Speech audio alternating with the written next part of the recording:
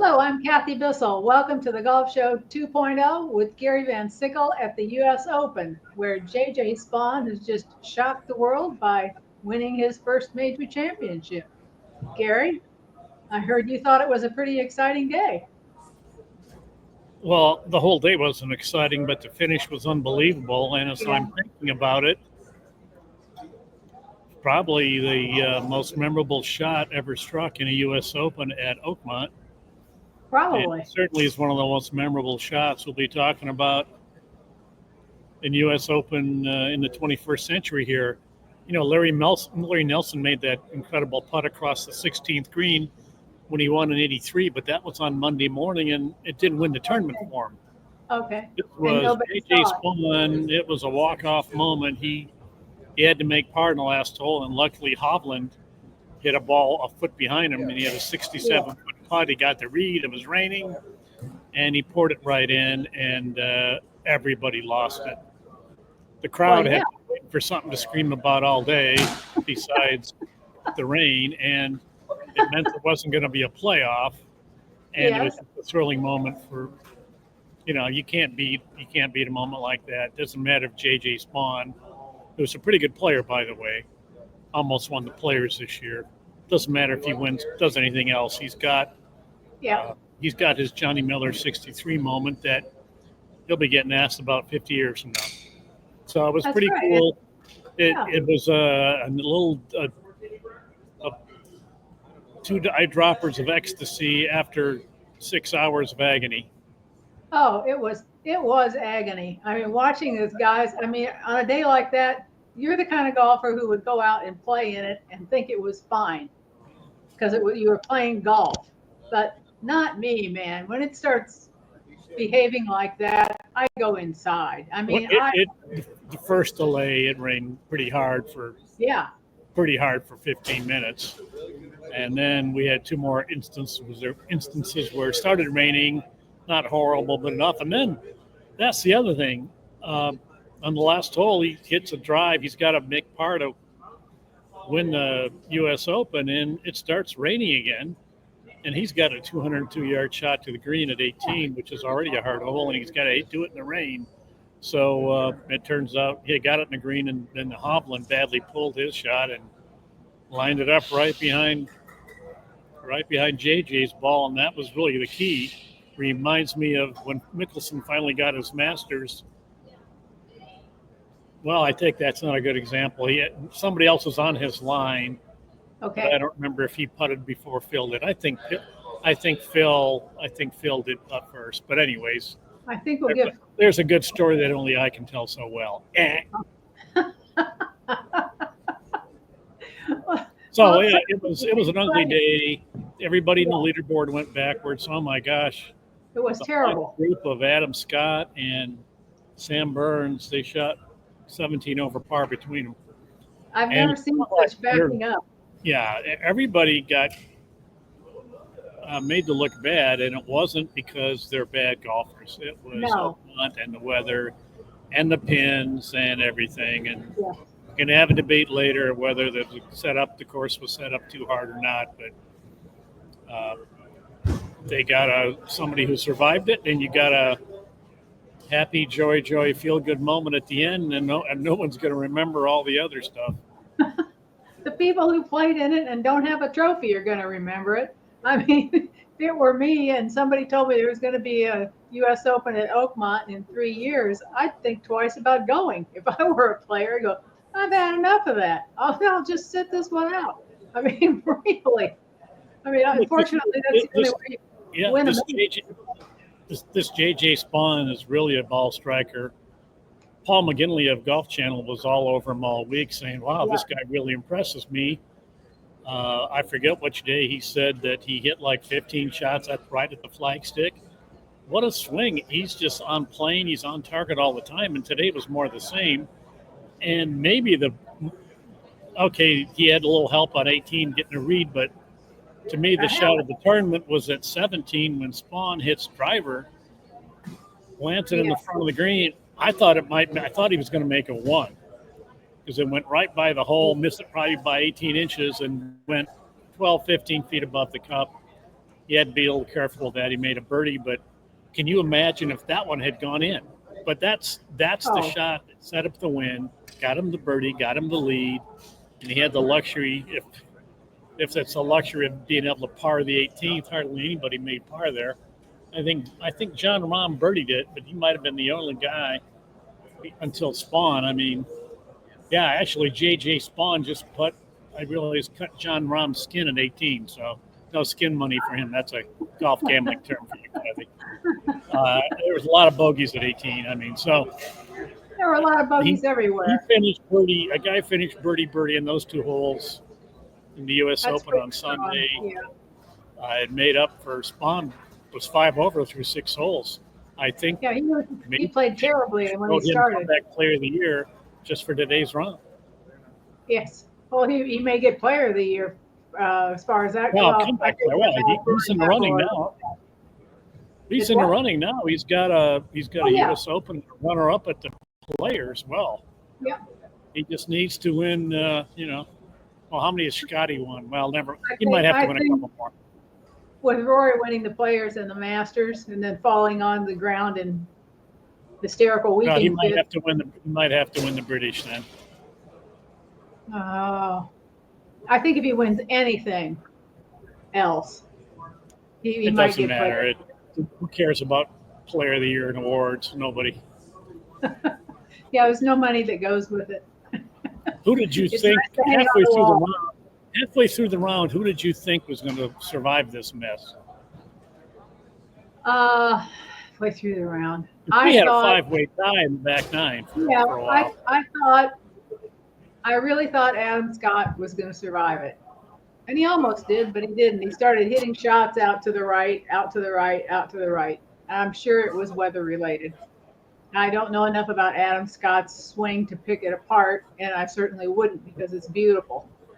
And he learned that from Butch Harmon, and he's got a coach down in Australia that he trusts. So, what's not to like about it? Getting a little rowdy here in the media center. Sorry. Pardon? Just getting a little rowdy in the media center here. I'm sure it is. Everybody, all of I was going to look on the board to count up how many bogeys Adam Scott had. I know he had at least 7, and then he made a double coming in, and if he bogeyed 18, he probably had 8. I mean, those guys shot 78 and 79. Yeah. And they didn't play that bad, but if you missed the green by a foot, you had crap lie and you couldn't get up and down. But they missed stuff and he didn't. They missed stuff and he didn't. That's what it comes down to. I mean, that's a simplistic way of putting it, but they didn't hit the shots that they should have hit. And there's no other way to describe it. They should be good enough to have hit those shots also, but today they weren't. Or this afternoon they weren't. And they all played in the same conditions, so conditions are no excuse for it. Adam played in the same conditions that JJ played in. I was watching, and didn't look like anybody was really going to win it. I'd already drawn an X through Spaun's name. I thought, I did that on the front 9. Yeah, Hatton was even par in the front 9. I thought he was playing pretty solid, but he's just not the greatest putter, and he had a couple chances and he didn't make them. And then he got a bad position, in bad position on 17 and made a bogey there, which you weren't going to make a par from where his ball wound up. It was on the downslope in the heavy rough above, on the bunker. I mean, he couldn't get it out. And I thought McIntyre might do something, but I thought, he's just been making a lot of pars. He hasn't been making birdies for 3 days. He's been solid. He's gutsy. He's like a Brian Harmon. He's got shots. Yeah. He's a gamer. And then all of a sudden, what did he birdied? He birdied 14 and then 17. And he had it pin high at 18. I guess he needed to make that putt. So NBC was all over the celebration, by the way. They showed McIntyre, give him credit. We spent a lot of time ripping TV, but they had a camera on McIntyre in the clubhouse, wherever he was, or locker room watching. When he made the putt, McIntyre just starts clapping and goes, Mouse Wow, and they had a camera in the crowd on Spaun's father, who completely lost it when the putt went in. I can't tell you what he was screaming, but he said, "Let's go," and he put it between them a couple times. And they had it. Of course, they have and his wife and his two little girls. I mean, they always have camp. NBC loves that. They did a great job of covering the ending there. They did, and the family was cute, and they were appropriately impressed with the trophy. The little girls were. They touched it. I thought that was cute. The whole day was like the whole day was like the Gettysburg Address. It was a long run for a short slide. Boy, that slide was good. Yes, it was. I mean, it was a very dramatic. I say that I don't even remember how the Gettysburg Address ended. Did the Gettysburg Address have a big? Did the Gettysburg Address have a big ending? I have no idea. It kind of had a pretty good beginning, so yeah, that's probably yet another one of my bad, incorrect analogies. Well, people aren't going to remember everything about the Gettysburg Address, but they're probably going to remember this putt that JJ Spaun made. So you got that going for you. Well, I'm going to remember the Pirates lost to the Cubs today because Alex Maselli. Oh. Yeah, he told me that on purpose because he's such a Cubs fan. Yeah, he's a big Cubs fan, and I said, "Oh no, that might have knocked the Pirates out of the division race." Pirates are in any race of any kind. Yeah, so, like anybody, knock anybody out at this time of the season. Yeah, it was not a pretty U.S. Open until the very end, and it's kind of like writing a story. If you have a really good beginning and a good ending, the middle doesn't have to be very good, and people remember it. So this story had a really good ending, TV-wise and everything. And JJ Spaun, I can't say enough about him. I'm impressed with how he plays golf, and maybe this will, people say, "Oh, now the floodgates will open." That almost never. Maybe they won't. Almost never happens. Right. But I agree with you. It might make him more confident and be more aggressive with the putter. I think in the past he's had a problem, playing it a little safe on Sunday when he has a chance to win, and now maybe he won't, but might not change anything. But he's got a U.S. Open trophy, so it doesn't matter.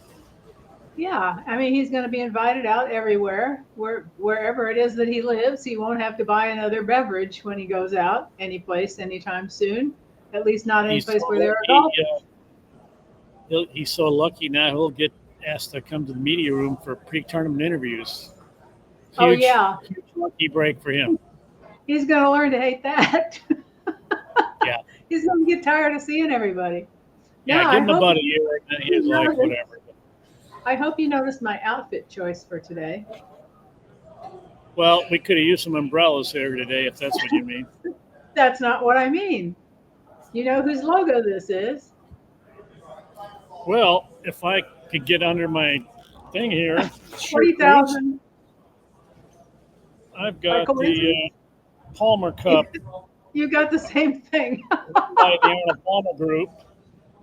I've got that Arnold Palmer umbrella on my shirt today. Okay, well, I thought since all this was happening in Western Pennsylvania, the least I could do would be to wear one of Arnold's designs. Well, it's pretty sad because that shirt is my son's shirt from when he was on the Palmer Cup in 2000. And I realize I'm also wearing his U.S. Amateur 2009 hat. It says contestant on it. It says official contestant hat. So you're a contestant, but not in that. I wanted a hat I could wear in the rain that I wouldn't care. Okay. Well, luckily you had that because it rained. How are you going to get to your car without, needing? Well, I'm parked. I hope I can get out. I hope it didn't sink into a quagmire. We got 3 majors in the bag. Rank them in order of greatness, as far as how your enjoyment or whatever. I rank them any way you want. We got a Masters with Masters is Rory, DJ with Scotty, and this one. In terms of enjoyment and my viewing pleasure, the Masters is 1 because of the Masters is runaways. one of the great with ones of all time. all that and his hysterics at the end. And I mean, they were hysterics, and there's no good reason why he shouldn't have felt that way and just continued to feel that way for another half hour afterwards.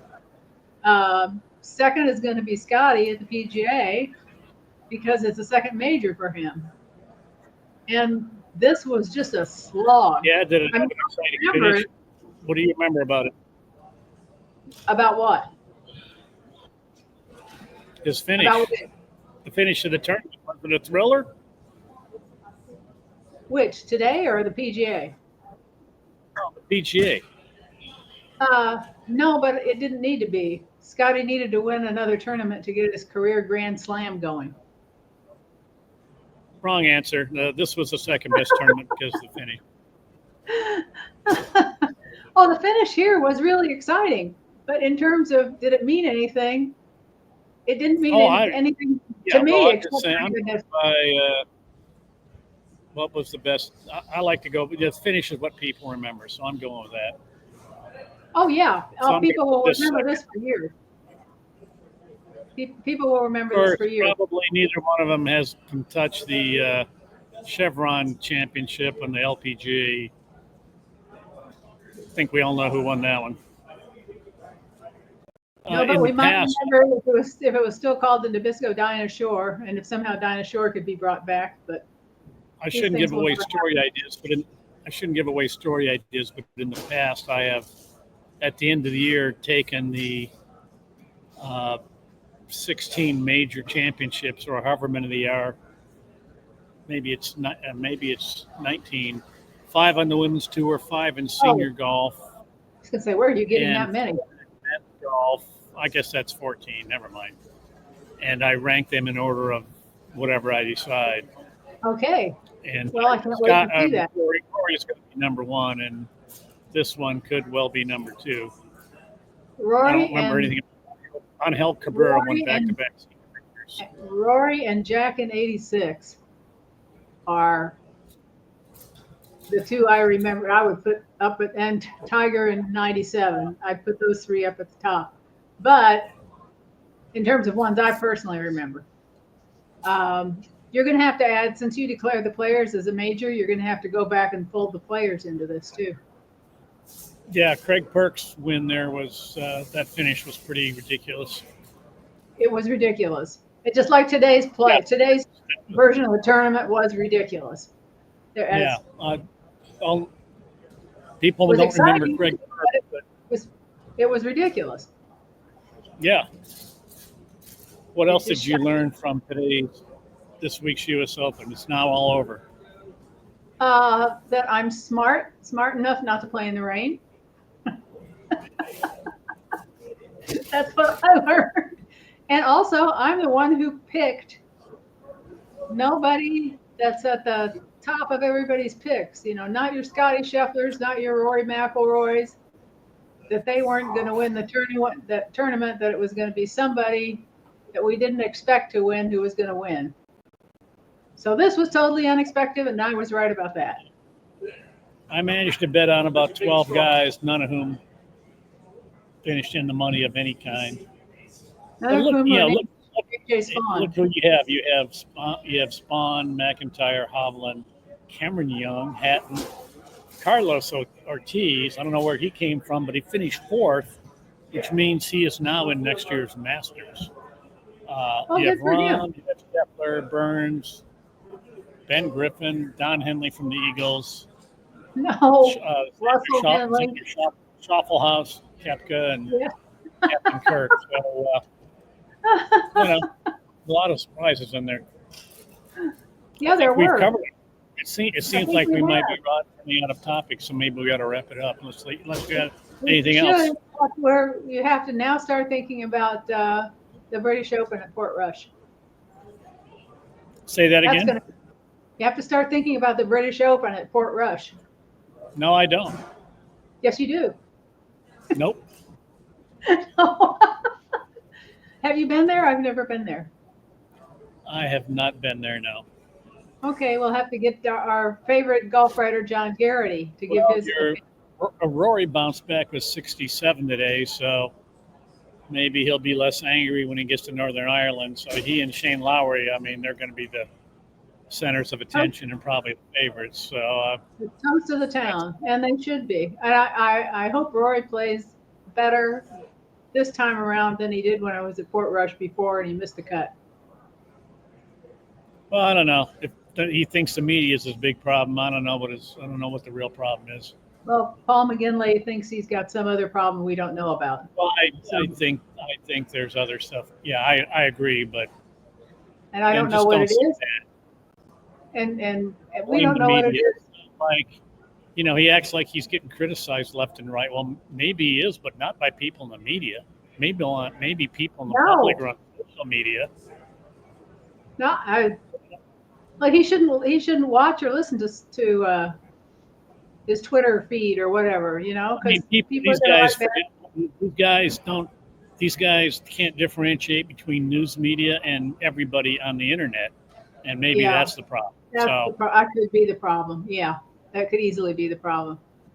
Correct, because we're actual media, and we may be catty behind when the camera's off, but when it's on, we're going to be respectful to the people we're dealing with,